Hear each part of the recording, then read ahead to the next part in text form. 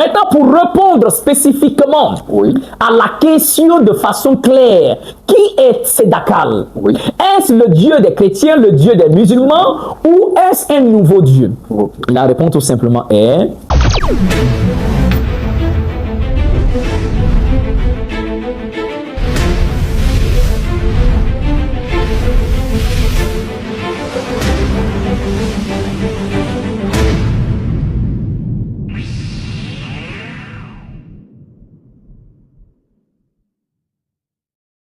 Tzedakal est le Dieu qui s'est présenté à Moïse, qui a dit à Moïse, je m'appelle Ehyeh, je m'appelle je suis.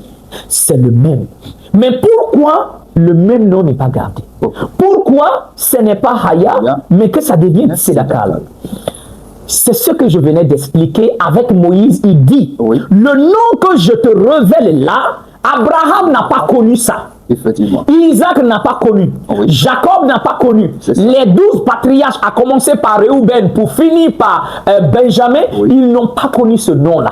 À chaque époque, ils se révèlent sur un nom. En fonction de ce qu'il veut faire dans l'histoire humaine. Donc, avec Moïse et la structure des enfants d'Israël, il s'est présenté comme Ehyeh, je suis, et on a vu la définition de chaque lettre qu'on venait de voir. Pour dire qu'il se révèle, il est la source suprême, l'autorité, le début de toute chose, qui se révèle aux enfants d'Israël et agit pour accomplir l'œuvre de la délivrance afin de les manifester sa nature comme il est. Prophète, dans ce cas, dans notre prochaine émission, vous allez nous donner sous quel nom ce Dieu-là s'est présenté à Abraham. Bien sûr, si vous le permettez. Il n'y a pas de souci. Donc, nous pourrons bien sûr prendre un autre temps pour pouvoir détailler ce sujet. Il s'est présenté à Abraham sous quel nom? Abraham avait invoqué sous quel nom? On va travailler sur ça. Mais pour l'instant, ça c'était un premier point. Avec Moïse, il se révèle sous un nom qu'Abraham n'a pas connu. C'est ça. Je vais encore vous choquer même. Je vais aller plus loin. Avec le Christ, il se révèle sous un autre nom. Mais dommage, vous ne trouverez jamais dans la Bible chrétienne. Parce que le Christ va dire dans leur évangile là, l'évangile de Jean, le Christ dit, j'ai fait connaître ton nom aux hommes. Il le dit ça même à plusieurs reprises. J'ai fait connaître ton nom aux hommes. Mais quel nom? Si c'est le même nom donné à Moïse, mais tous les enfants d'Israël connaissaient ça. Et même si après, ils ont voulu faire cacher ce nom-là, mais le Christ priait, non? Effectivement. Il prie, oh son Père, mais il prie le Père en quel nom? Et il va dire, oh Père, mais son Père a un nom. Effectivement. Donc, et même vous allez voir que le Christ a guéri un paralytique comme ça, qui avait la main dans la synagogue. C'était un jour de Shabbat. Quand il a parlé, après il a dit, dans la version au nom du Seigneur, quand la main, il n'a pas dit au nom du Seigneur. Quel est le nom? Donc le Christ prononçait le nom qui lui a été donné. C'est ça. On se comprend. Et c'est ça, il a dévoilé. Et même dans Apocalypse, il va dire, celui qui vaincra, je vais écrire sur lui le nom de mon Dieu. Et je lui donnerai un caillou blanc sur lequel il y a mon nom nouveau que personne ne connaît, mais celui qui reçoit le caillou. Donc le Christ même a dit que celui qui vaincra, c'est-à-dire tout ce qui était dans son alliance, celui qui vaincra, il va écrire sur lui le nom de Dieu, c'est-à-dire le nom qu'il a révélé. C'est ça. Et après il va dire, je vais même lui donner un nouveau nom, mon nouveau nom. Donc même le Christ a plusieurs noms. Donc c'est Tzedakal qui est celui qui s'est révélé à Moïse. On se comprend? Mais aujourd'hui, il se révèle en notre temps dans la troisième alliance comme Tzedakal, qui signifie le Seigneur de la justice, le Dieu de toute justice. Tzedak vient de la racine, ça vient de la racine Tzedak, c'est-à-dire Tzedak qui veut dire non seulement justice, ça signifie aumône, en même temps ça dit aider quelqu'un qui souffre. Donc c'est la justice. Donc Tzedak est la racine de la justice. Donc le Am qui est toujours Dieu. Donc Tzedaka signifie le Dieu de la justice.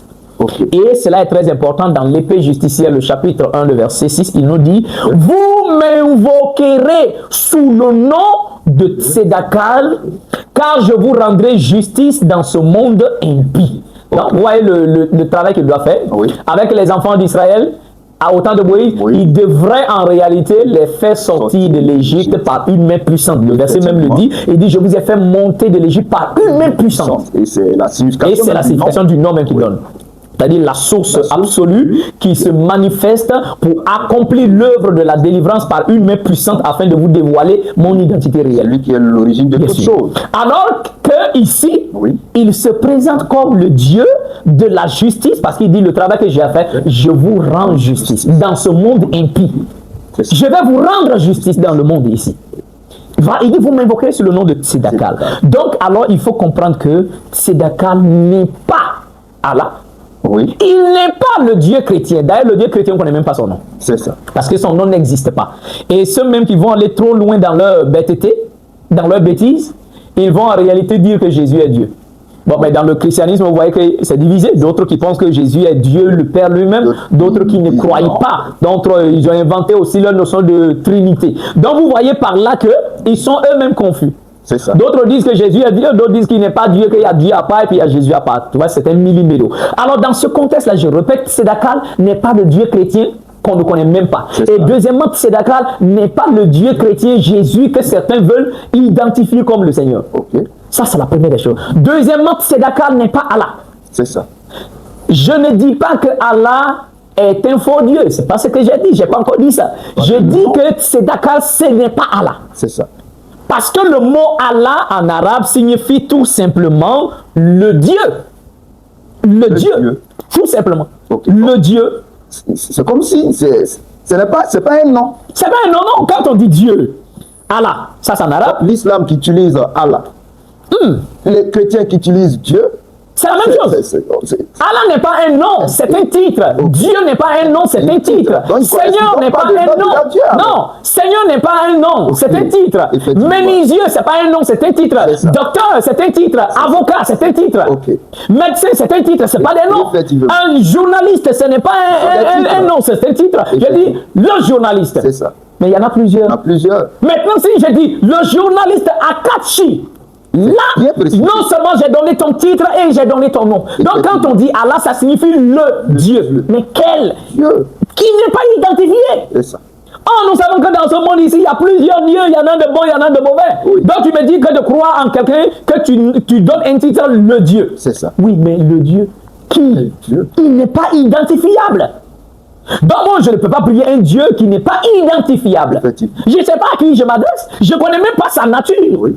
Or, quand il s'est révélé à Moïse, il a donné sa nature. Il a dit à Moïse, je suis la source absolue. Je suis la force première, l'origine de tout.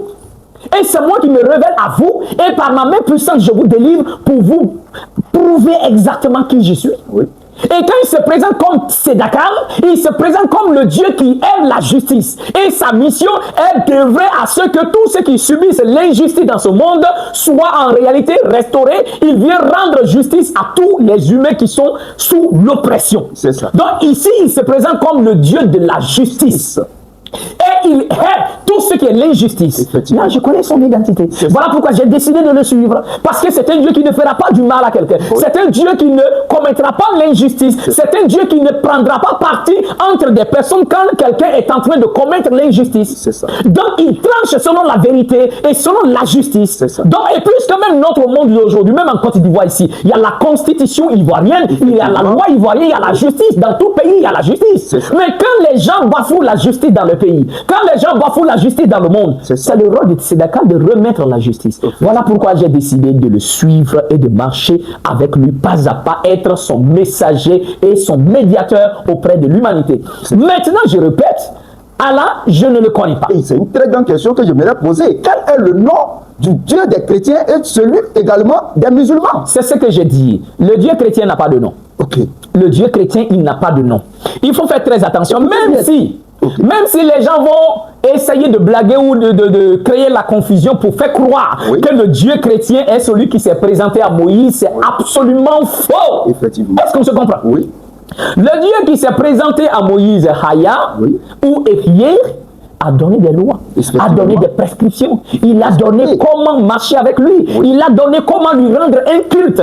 Il a donné un jour de culte qui est le Shabbat, le samedi, du vendredi soir au samedi soir. Il a un calendrier. Il dit voilà le jour que vous devez venir m'invoquer. Il dit voici les fêtes que vous allez célébrer à mon honneur. Il y a la Pessa, la fête des pains sans levain. Il y a la fête des gerbes, il y a Shavuot. Il y a la fête des trompettes, Yom Teruah. Il y a la fête de Yom Kippur, le jour des expiations. Il y a Sukkot, qui est la fête des tabernacles. Il dit voici les fêtes que vous allez célébrer à mon honneur. Il a donné sa Torah. Quand nous marchons avec sa Torah, c'est ce qui montre que c'est le même Dieu qui s'est révélé à Moïse. Or, dans le christianisme, on te dira que il a changé.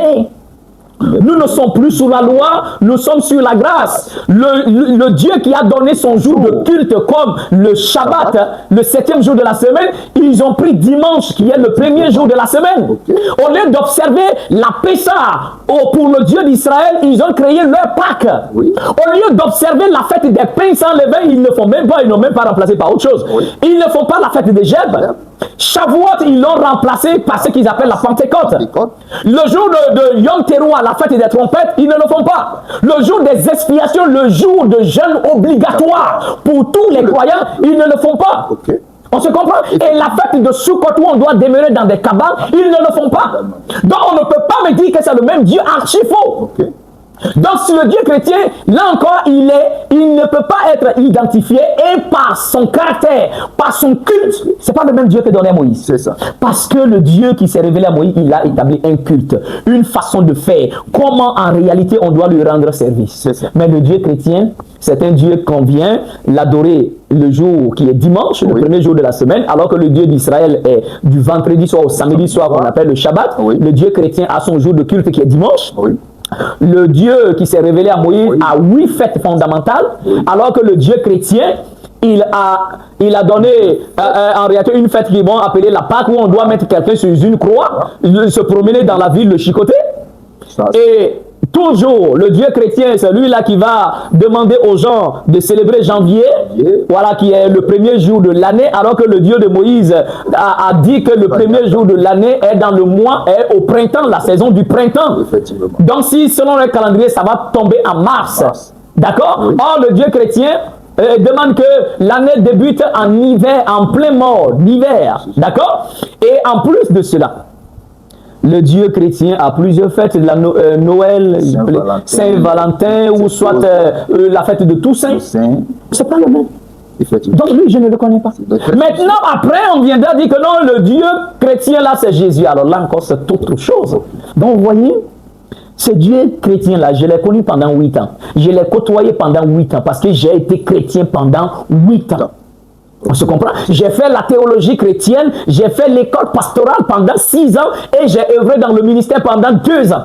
Mais ce Dieu-là, je l'ai connu pendant 8 ans, avec ferveur, je l'ai cherché, je l'ai vu, il n'est pas le bon. Maintenant, si je reviens en réalité au Dieu musulman, comme je venais de le dire, lui, il n'est pas identifié. C'est ça. Il n'est pas il n'a pas de nom. Allah n'est pas un nom. Je répète, c'est un titre. C'est pas un nom. Ça signifie le Dieu. Mais quelle est sa nature? Or, quand on dit Dieu, c'est le mot Elohim en hébreu. C'est ça. Et en araméen, c'est Ela. Ou même, c'est ce qui a donné en arabe Allah. Donc, Elohim en hébreu, c'est ce qui donne en araméen Ela. Et c'est ce qui donne en arabe Allah. Donc quand on dit Allah ou Ela ou Elohim, ça veut dire tout simplement Dieu. Mais oui, ça c'est un titre. Donnez le nom de ce titre. Il faut donner le nom, son nom, son identité. C'est ça. Donc il est un Dieu. Oui. Bon ou mauvais, je n'ai pas encore parlé de ça. Allah signifie tout simplement Dieu. C'est ça. Maintenant ton Dieu là, décris-moi son identité. Qui il est? Son nom propre à lui, c'est quoi? L'islam ne donne pas. Et on remarque que dans l'animisme africain, même les dieux, les divinités africaines, on donne non. Nous sommes en Côte d'Ivoire, nous sommes dans le pays baoulé. Dans le pays baoulé, ici, on identifie la divinité qu'il venait en Nyamien. Nyamien ne signifie pas Dieu. Effectivement. Nyamien est un nom propre de la divinité.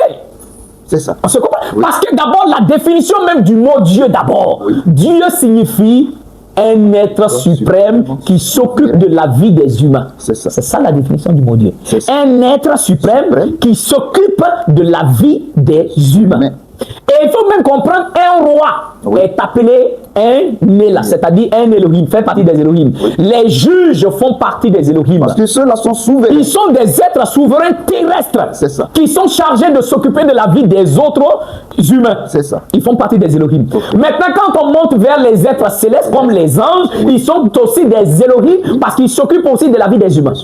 On se comprend? C'est ça. Donc, on peut dire à un homme qu'il est Allah.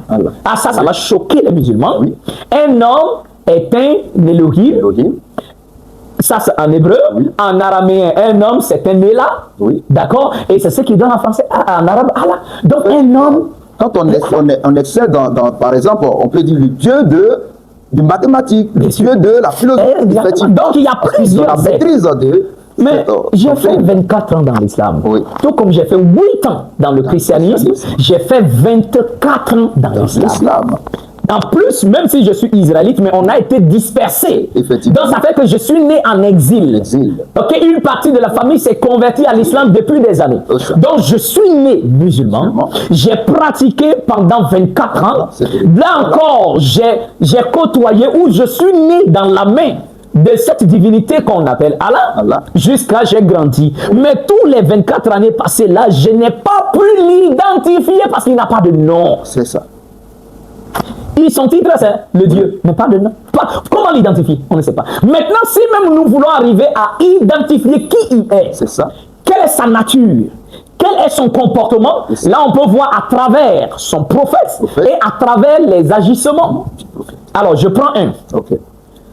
Quand le prophète Muhammad, paix et salut sur lui, comme on dit de le dire, si je le dis, ça ne change rien. Si je ne le dis pas, ça ne change rien. D'accord. Donc, lui, il dit il est prophète. Mandaté par le Dieu, par Allah.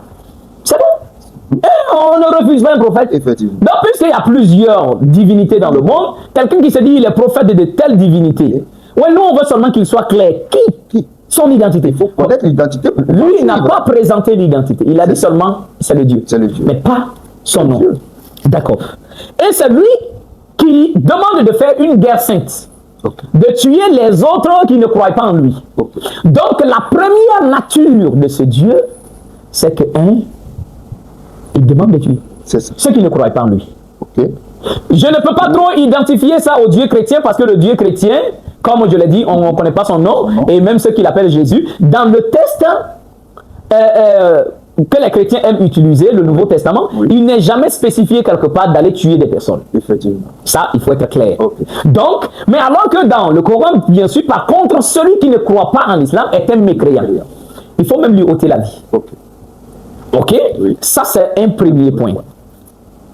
Un deuxième point, bon, quand quelqu'un te demande d'aller ôter la vie, si je ne prononce pas le nom, tu sais en réalité qui il est. C'est ça.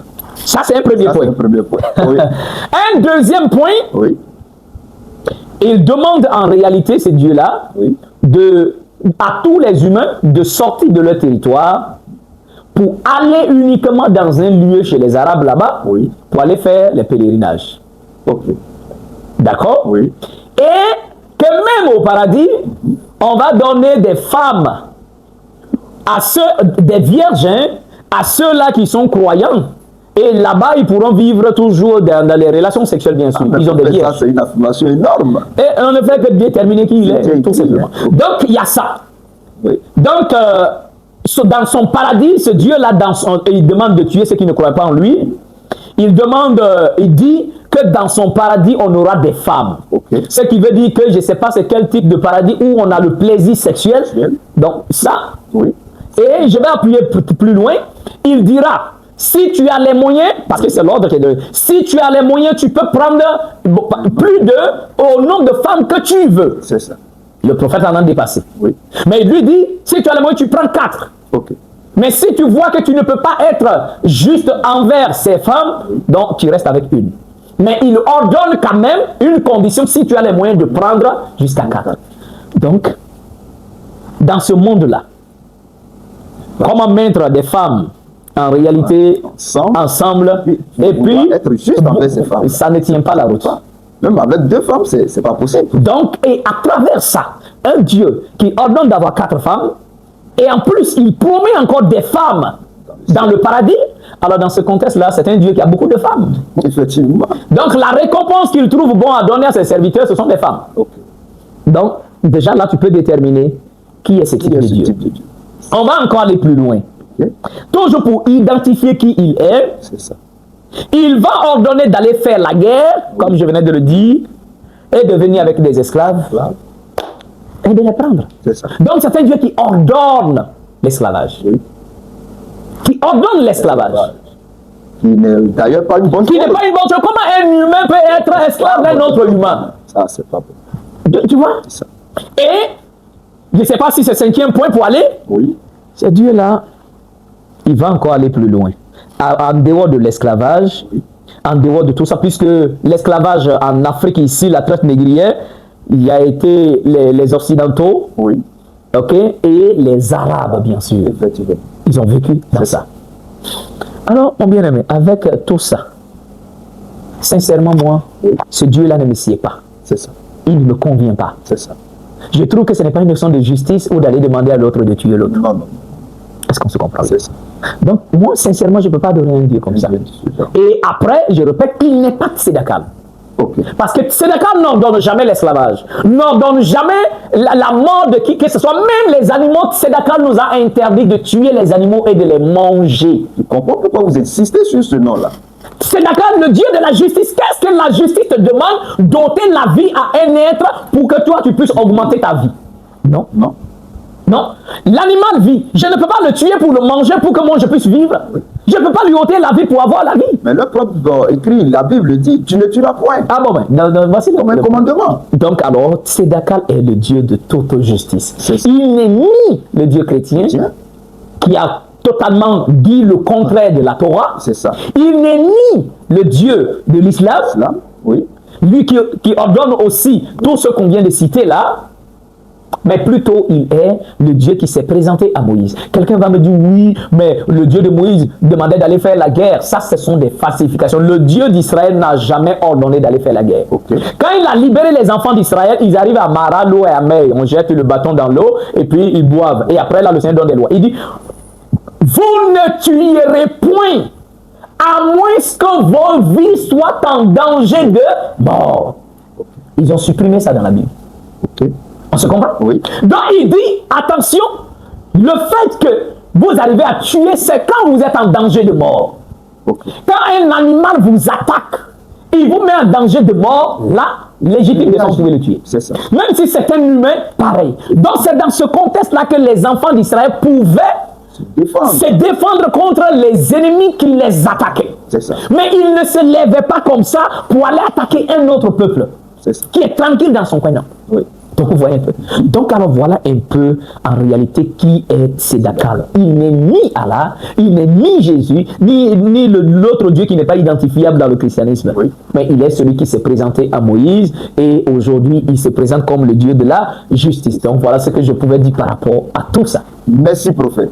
En tout cas, nous sommes très ravis et très instruits à travers vos enseignements. Bien sûr. Vous dites que Tzedakal dirige l'histoire avec justice. Oui. Mais le monde est plein d'injustice, de guerre, de pauvreté, même l'esclavage en Afrique. Oui. Comment réconcilier cela avec un Dieu de justice? C'est ce que je venais de dire tout à l'heure. Okay. Un Dieu de justice n'ordonne pas ces genres de bêtises qu'on voit. Okay. Je répète encore bien. C'est parce que les hommes ont abandonné le véritable Dieu. Ça. Ils ont abandonné le vrai. Et ils se sont laissés tromper par des faux dieux inventés par des personnes. C'est ça. Et on voit le résultat. Il dit, vous reconnaîtrez un arbre à son fruit. Ça, c'est le Mashiach qui a dit ça. Un bon arbre ne peut produire de mauvais fruits. Un mauvais arbre ne peut produire de bons fruits. Donc, avec notre monde, avec l'injustice qu'on constate là, je commencerai d'abord par l'esclavage. Okay. Est-ce que le peuple noir africain, animiste, est-ce qu'ils se sont levés un jour pour aller rendre d'autres peuples esclaves? Ça, non. Mais la traite négrière, qui était derrière? Le Dieu chrétien et le Dieu musulman. Effectivement. Et nous avons vu, c'était à l'époque le pape, je crois le pape Alphonse V ou bien Alphonse VI. Oui. Donc c'est lui en réalité qui va bénir. D'accord? Oui. Je ne sais pas si c'est le pape Alphonse ou bien Nicolas. Nicolas 5 ou 6, c'est un truc comme ça. C'est un pape. C'est un pape de l'église catholique. C'est lui qui a dit que les noirs n'ont pas d'âme. Ce sont des animaux. Ils ont été créés pour être en réalité des esclaves. C'est ça. Alors allez combattre-les partout. Vous les voyez, tous ceux qui sont les ennemis du Christ. Soumettez-les à l'esclavage. C'est le pape qui a béni. Alors quel Dieu? Est-ce le Dieu chrétien? Si son représentant, son pape ordonne l'esclavage, donc c'est que c'est le Dieu chrétien qui a ordonné. Effectivement. Alors, donc voici la cause de l'injustice d'abord. C'est ça. Et comme on le dit, il n'y a pas que le christianisme qui est rentré dans la traite négrière. L'islam est entré dedans. Beaucoup de musulmans sont descendus, les Arabes ici, pour prendre les pères pour les amener, pour les vendre. C'est ça. Donc quel Dieu ordonne de faire commerce humain? Pourtant, dans la Torah de Moïse, il est écrit, si quelqu'un a kidnappé quelqu'un, qu'on le trouve dans sa main, il mourra. C'est ça. On se comprend? Ça, c'est un. Deuxièmement, le Dieu chrétien te dit, dans la Bible, le chrétien te dit que Dieu, leur Dieu, a tellement aimé le monde que pour manifester son amour envers l'humanité, il attrape son propre fils, il le tue. Hébreux 8, verset 31-32 dit, lui qui n'a pas épargné son propre fils, mais il l'a livré pour nous, comment ne nous donnera-t-il pas aussi toutes choses avec lui? Donc le Dieu chrétien a livré son propre pour aimer l'humanité, il prend son propre fils, il le tue à la place des coupables. On se comprend? Ça, ce n'est pas la base de l'injustice. Qu'est-ce que vous voyez dans nos sociétés? Quelqu'un vole, quelqu'un détourne, il est coupable, mais on le laisse, on attrape les innocents, on les met en prison. Qui a montré l'exemple là, dans la société? C'est le Dieu chrétien. Parce que si tu as laissé les coupables, tu as attrapé un innocent, tu le fais mourir à la place des coupables, mais c'est ce qu'on voit dans nos nations aujourd'hui. Quelqu'un fait détournement de fonds publics, quelqu'un commet des vols, quelqu'un vole, on laisse, on attrape un innocent et puis on le met en prison. C'est la base de nos injustices. C'est l'exemple palpable. Le christianisme. Ça, on se comprend? Oui. Alors, on le voit toujours. Maintenant, revenons un peu du côté de nos voisins. C'est ça. Quand on revient du côté de l'islam, un Dieu, dans l'islam, il est écrit, il a dit, si nous avons voulu, alors nous ferions de toute l'humanité une seule communauté. Mais il dit, il a plu de ne pas faire de toute l'humanité une seule communauté. Ça veut dire quoi? Donc, dans ce contexte, le Dieu musulman, Allah dit, le fait que sur terre, il y a plusieurs religions. Il y a judaïsme, il y a christianisme, il y a l'islam, il y a bouddhisme, c'est lui qui a fait tout ça. C'est-à-dire, c'est lui qui a créé les divisions des religions. Il n'a pas voulu. Parce qu'il n'a pas voulu que tout le monde soit une seule communauté. On se comprend? Oui. Donc par là, c'est pas moi, toi-même, tu te présentes être celui qui crée la division. On est clair? C'est ça. Celui qui crée la division. C'est ça. Et puis il va encore aller plus loin pour dire, quand il a envoyé des messagers dans des communautés, il y en a certains qui ont été prédestinés pour l'enfer. Ils n'ont qu'à beau avoir des yeux, ils ne vont pas voir. Des oreilles, ils ne vont pas entendre. Même s'ils ont des cœurs, ils ne vont pas comprendre. Et c'est le Dieu des musulmans. Comment faire ça? Comment envoyer un prophète et faire en sorte que certains ne croient pas en lui? Oui, une prophétie peut dire, j'envoie, mais ça à eux de décider s'ils vont croire en lui ou ne pas croire. Ça, ce sera leur choix. Mais le test est que tu as prédestiné. Le mot prédestiné, c'est quoi? Quand on dit on t'a prédestiné à quelque chose, ça veut dire avant même que tu ne sois né là, c'est la créé. On se comprend? C'est ça. Bon, c'est tout ça qui a fait que moi j'ai quitté l'islam. Parce que comment savoir que je suis de ceux-là que tu as destinés pour le paradis et ceux que tu as destinés pour l'enfer? Et il va même dire que ceux qui vont en enfer, nous les avons également destinés des compagnons inséparables, c'est-à-dire des démons. Malgré on est dans l'enfer, et lui-même il est destiné encore des démons. Jusqu'à l'enfer. Donc on va un peu. Afin des religions, il faut qu'on arrive à faire très attention. On lit ces choses-là et puis on se dit non, c'est rien. Ou soit on n'a pas bien compris, ou soit c'est pas qui est habilité à mieux nous expliquer. C'est écrit.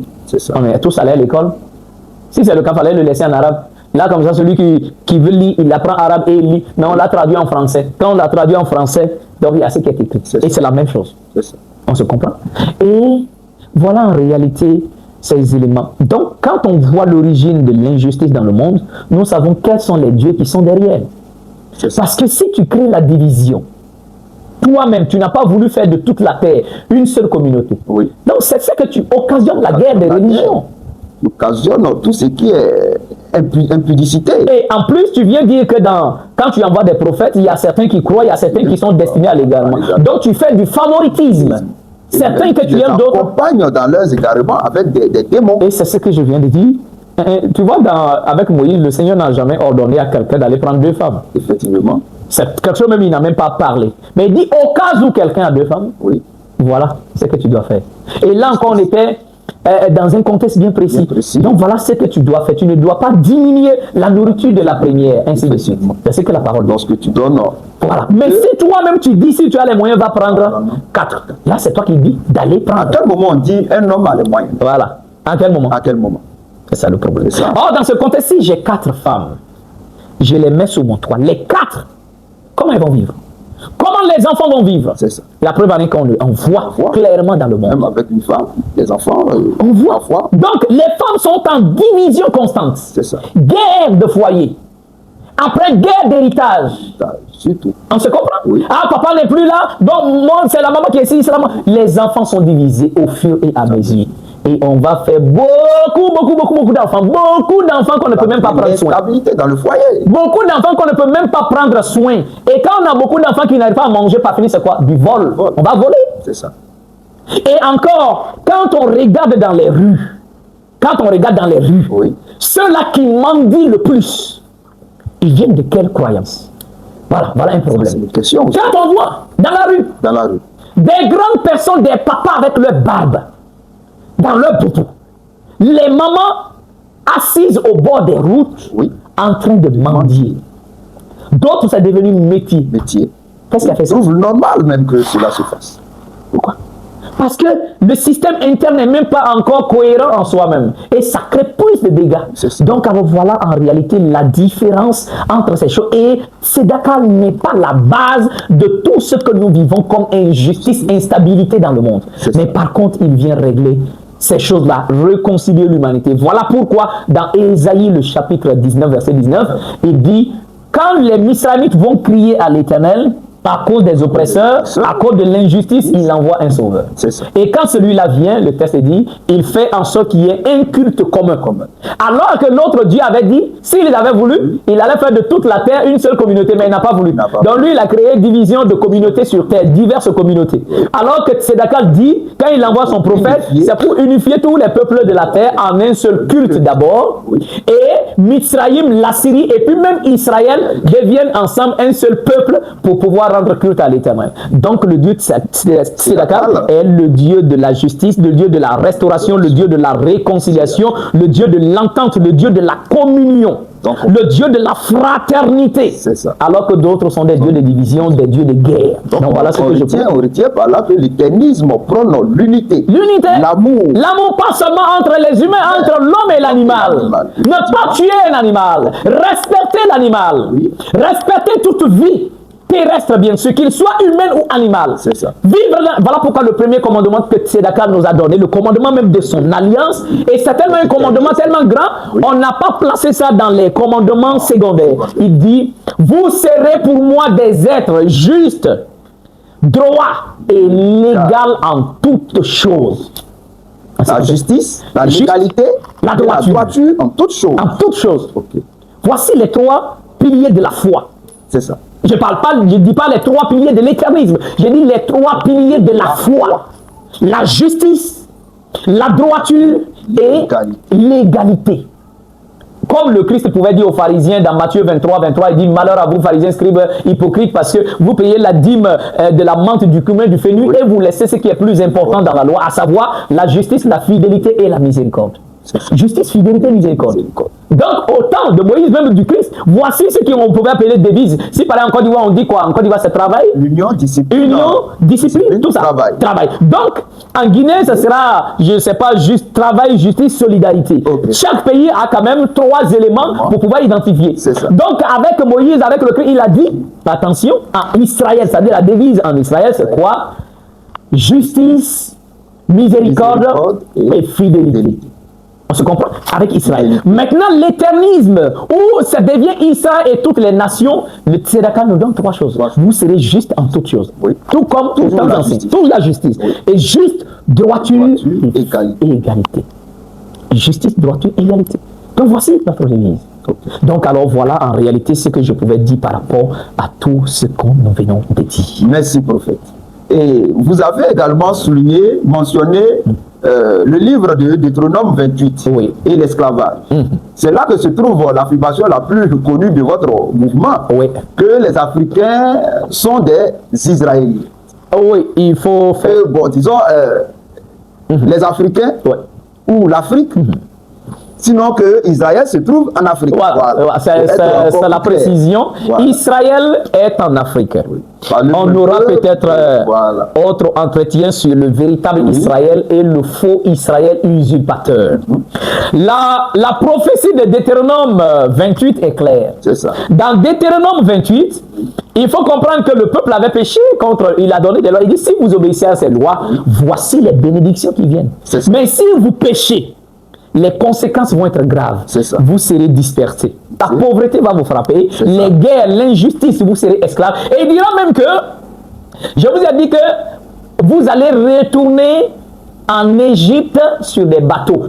Cette fois-ci, Égypte ici, ce n'est pas l'Égypte qu'on connaît, ce n'est même pas l'Égypte physique. Si vous vous rappelez dans Apocalypse, on dit le Mashiach est mort dans la ville appelée Égypte et Sodome. Dans Apocalypse. Mais est-ce que le Christ est mort là? Non, on voit que le Christ est mort à Jérusalem. Mais le texte dit dans le lieu appelé symboliquement Égypte et Sodome. Donc pourquoi on dit le Christ est mort, bien sûr à Jérusalem, mais appelé symboliquement Égypte et Sodome, parce que Jérusalem était devenu en réalité comme lieu d'oppression et qui symbolise l'Égypte bien sûr, et un lieu de dépravation, de débauche comme Sodome. C'est ça. Donc quand Deutéronome dit vous serez pris dans les bateaux pour aller en Égypte, ici on ne parle pas d'Égypte physique, mais on parle d'un continent, on parle d'un endroit où ça devient un lieu d'oppression, parce que si on vous prend en esclavage, vous devenez, ce peuple-là devient exactement comme l'Égypte à l'époque, parce que les enfants d'Israël étaient esclaves là-bas. Donc, alors si c'est les Amériques, c'est l'Occident qui est venu. Les Arabes et les Occidentaux, ils sont venus prendre les enfants d'Israël ici, c'est-à-dire les Africains, pour les rendre, et puis en bateau, pour les amener là-bas. Donc, l'Occident et les Arabes, dans ce texte, sont symbolisés ou sont appelés symboliquement Égypte, c'est-à-dire lieu d'oppression. Se comprend? Donc, mais quel est le peuple? Si c'est aux enfants d'Israël que le Seigneur a dit ça, que vous serez pris dans des bateaux pour aller en Égypte, en esclavage. Quel est le peuple qui a vécu dans les bateaux? C'est le peuple africain. C'est le peuple africain.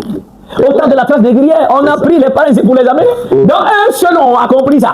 En dehors de personne d'autre. Est-ce qu'on n'a pas pris les Chinois pour mettre dans le bateau pour envoyer? Non. Est-ce qu'on n'a pas pris les Occidentaux pour mettre dans le bateau pour les envoyer quelque part? Non. Les Arabes, non. Seul l'Africain, les Africains ont été pris dans les bateaux pour les amener. Et de nos jours, on voit même les Africains se lever même pour partir mourir dans les mers. Ben, bien sûr, c'est toujours comme ça. Chez eux, c'est difficile. Donc, ils trouvent que c'est dans le lieu d'oppression que la vie est mieux et ils prennent le bateau, ils meurent en chemin. Donc, alors par là, vous comprenez que Israël est en Afrique. Et je vais préciser. Israël est en Afrique, précisément, depuis le Cameroun, le Congo, jusqu'en Afrique du Sud. C'était là le territoire d'Israël authentique. C'était là, en réalité, Israël véritable. C'était leur territoire, c'est là qu'ils étaient installés. Maintenant, de nos jours, Israël a été déporté, les peuples se sont mélangés. Or, dans ce mélange maintenant, Israël n'est plus à sa place, mais Israël est dispersé dans tous les continents désormais, mais particulièrement en Afrique. Et d'autres ont été amenés dans les Amériques, bien sûr, et ceux qui sont en Haïti. Donc, tout cela, ce sont des Israélites, bien sûr.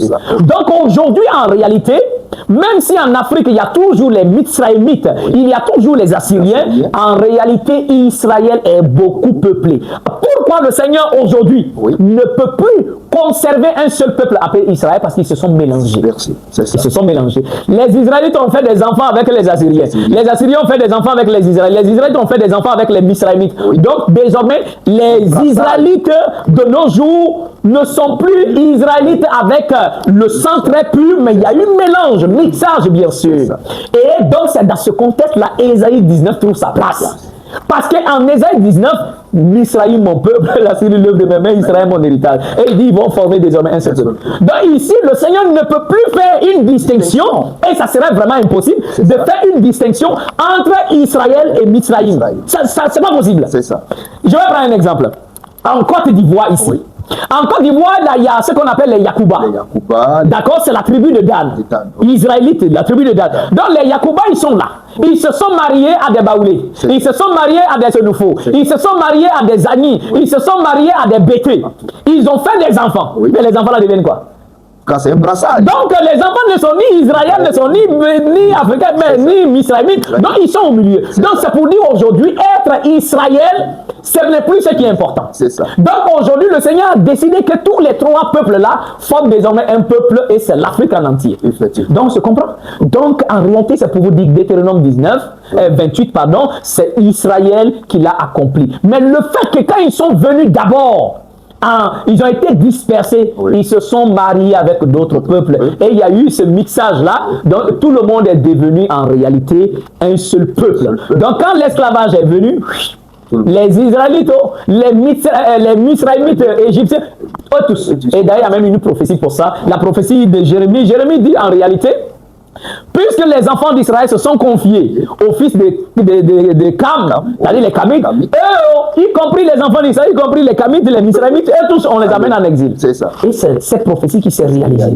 Donc, les gens doivent comprendre qu'Israël est en Afrique. Ce n'est pas le faux Israël qui est là-bas. Et quand même on dit Égypte, beaucoup pensent à ce faux Égypte-là, où il n'y a que les Blancs qui sont là-bas. Mais l'histoire est claire, tous les Égyptiens, les anciens là sont des Noirs, personne ne peut dire le contraire.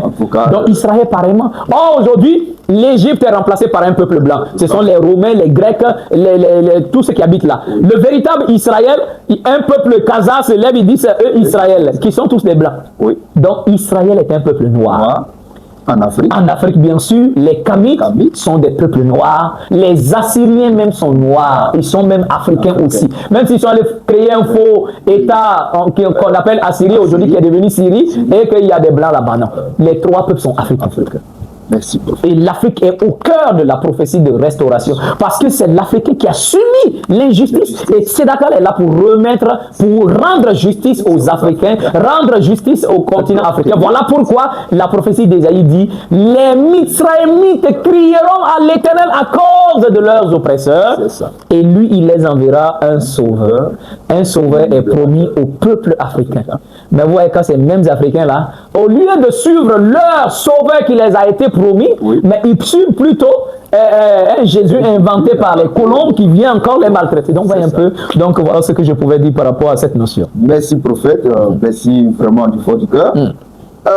Pour conclure, pour une personne qui vous suit, qui vient de vous prendre en marche, qu'est-ce qu'il doit retenir avec ce nom Sédakal que vous venez d'enseigner là-dessus? Alors, ce que je viens de dire, et à tous ceux qui nous écoutent, si tu m'écoutes, toi, que tu sois chrétien, que tu sois musulman, par là, on est arrivé à déterminer qu'il y a des dieux qui ont causé le malheur. Et il y a des dieux qui prônent pour la justice. Donc, à partir de là, je ne te demande pas d'abandonner en réalité ta foi ou ta croyance. J'ai juste déterminé quel Dieu tu pries.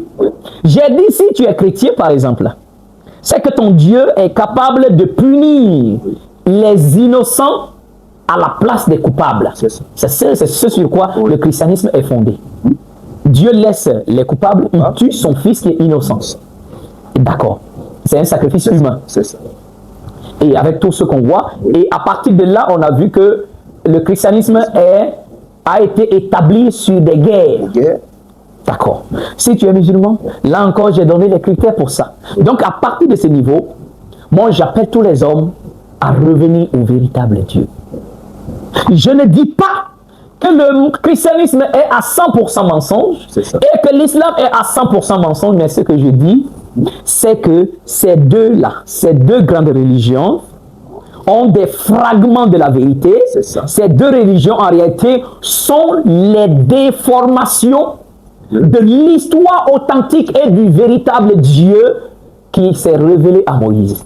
Quand quelqu'un se révèle et que tu n'arrives pas à le connaître exactement tel qu'il est, C'est ça. alors tu vas déformer son message et sa nature. C'est comme ça qu'on a fait dans le christianisme. Déformer son nom. Exactement. C'est ça. Donc on se comprend. C'est ça. Donc alors voilà un peu en réalité ce que je pouvais dire à ceux-là, qu'ils s'asseyent, je les donne 3 tests qu'ils aillent réfléchir là-dessus. Ok. 1. Ils vont prendre en réalité le passage, Oui. tout simplement d'Ésaïe. Ésaïe, le chapitre 19, Oui. le verset 19 à 25. 25. Ils vont prendre Romains, Oui. le chapitre 11, le verset 25 à 27. Ok. Les deux sont suivis parce qu'il y a un autre passage que je voulais donner, mais ça ne se trouve pas dans la Bible chrétienne. Ok. Mais à travers les deux versets, versets. qu'ils aillent s'asseoir et qu'ils réfléchissent. Et qu'ils réfléchissent même au comportement des divinités qu'ils croient être le véritable. À partir de là, on va voir. Qu'est-ce que le Christ a dit? Il dit même que beaucoup de faux prophètes vont venir, mais vous les reconnaîtrez à leurs fruits. À leurs fruits. Donc c'est par les œuvres, par les fruits, on reconnaît qui est qui. Il n'y a pas à se fâcher dedans.